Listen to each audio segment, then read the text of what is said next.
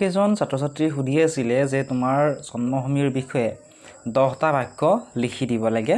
গতিকে মই চেষ্টা কৰিছোঁ, তোমালোকে চাই যোৱা। 1 নম্বৰ বাক্যটো তোমালোকে এনেদৰে লিখিব পাৰা যে মোৰ জন্মভূমি অসম। 2 নম্বৰ বাক্যটো লিখিবা মোৰ জন্মভূমি বা জন্মভূমি অসম অতিকৈ আপোন। 3 নম্বৰ বাক্য অসম ভাৰতৰ একেবাৰে পূব প্ৰান্তত অৱস্থিত। 4 নম্বৰ বাক্য অসম প্ৰাকৃতিক সৌন্দৰ্যৰে ভৰপূৰ। 5 নম্বৰ বাক্যটো চোৱা মোৰ জন্মভূমি অসম বহুতো জাতি জনগোষ্ঠীৰ মিলনভূমি।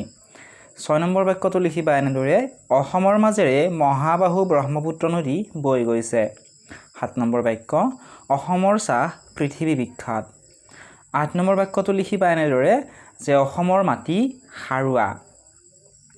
9 নম্বৰ বাক্যটো লিখিবা অসম উত্তৰ পূব ভাৰতৰ এখন সুন্দৰ ৰাজ্য যি ব্ৰহ্মপুত্ৰ নদীৰ কাষেৰে বিস্তৃত হৈ আছে। লগতে তোমালোকে আন কোনটো টপিকৰ ওপৰত তোমালোকক লিখি দিব লাগে তোমালোকে কমেণ্ট ছেকশ্যনত জনাবলৈ নাপাহৰিবা। মই নেক্সট ভিডিঅ'টোত লিখি দিবলৈ চেষ্টা কৰিম। ঠিক আছে, শেষৰ বাক্যটো এনেদৰে লিখিবা বৈচিত্ৰতাৰ মাজত ঐক্যৰ ই এক উৎকৃষ্ট নিদৰ্শন।